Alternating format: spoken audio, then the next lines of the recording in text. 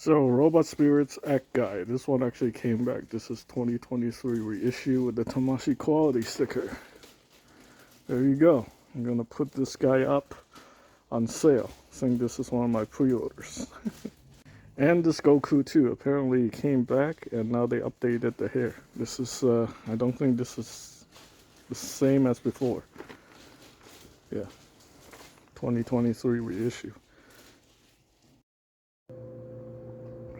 Hello guys, welcome back to S3D. So I want to talk about intellectual properties today. So I have some discussions in the comments with some viewers.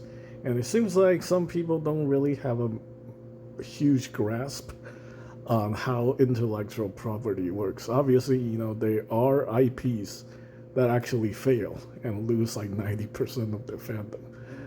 That's the truth. That's like a real thing that can happen. But some IPs are just so big that is pretty much impossible to fail. I can. My channel is very small. I have a very small reach. I don't think I will be able to single-handedly take down any IP just by voicing my discontent. I mean, look at all these channels saying bad things about Star Wars, the MCU and stuff like that. I don't think any of them is capable of taking down MCU or Disney. Obviously Disney's making some really bad choices, and a lot of people are like steering away from their content in large numbers, and they're actually losing money. But I don't think the MCU is gonna die entirely. They can either fix it or they can continue to let it slump. It's really not a big deal to Disney. They still have a lot of money, and whatever, right? And same with Gundam. I think Gundam is such a big property that it is almost impossible to fail. And also, Bandai has a lot of ways to reboot Gundam, because every time they can just make a new series in the alternate universe and hope that whatever setting the characters or the new design will generate new fans. When The Witch and Mercury came out, a lot of people were very excited, and the kits were selling again, right? Uh, when it went through like this cycle where people stuff were really stagnant with the Build Fighter stuff because it wasn't very well done. But once the Witch Mercury stuff came out, everybody's buying kits. Same thing happened with the Iron Blooded Orphan. It stagnated a little bit. Iron Blooded Orphan came out, everybody started buying kits. So yeah, it goes through this cycle. Just hopefully next time they come with something nice, and they either make the figures or the model kits better, for better, tighter quality control. They can easily win back the fans.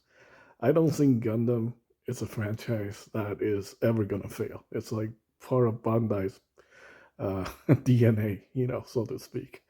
Uh, I mean, there are a lot of franchises that I personally thought was gonna completely die off, like Halo.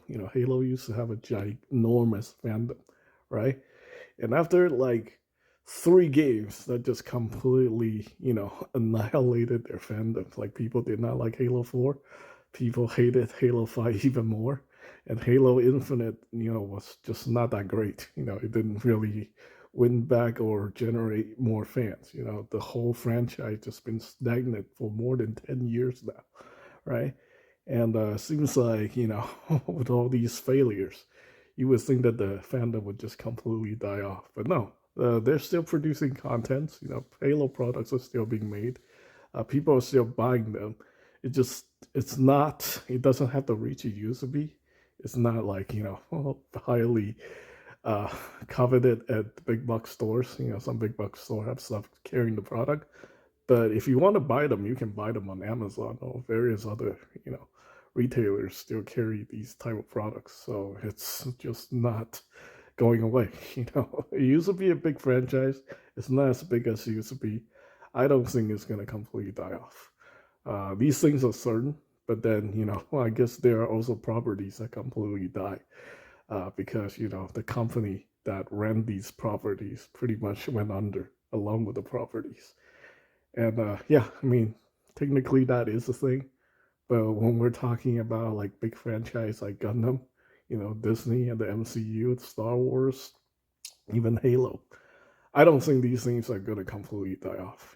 I feel like there will be a period of stagnation, and it's up to the companies, to listen to their fans or to, brainstorm and create better content in this genre in order to please people and bring in new fans because, that's how they generated all these, you know, the fan base in the first place, right?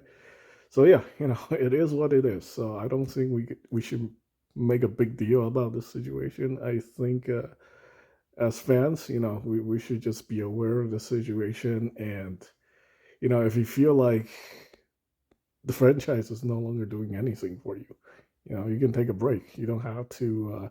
You technically don't have to buy anything to profess your your love or your interest in the fandom. Everybody can be a fan of any fandom without ever having to buy any product. That is not a requirement to be part of the fandom. And I think people really should understand that part. You don't need to buy any product. You don't need to spend even $1 to to let the world know that you're a fan of this intellectual property. All that is just personally up to you. So anyway, that is pretty much it for this video. Thanks for watching.